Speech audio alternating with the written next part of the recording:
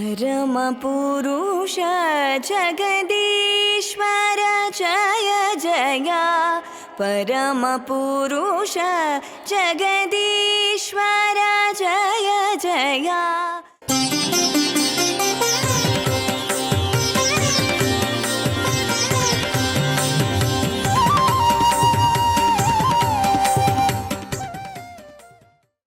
Nanjangud Dakshina Kashi.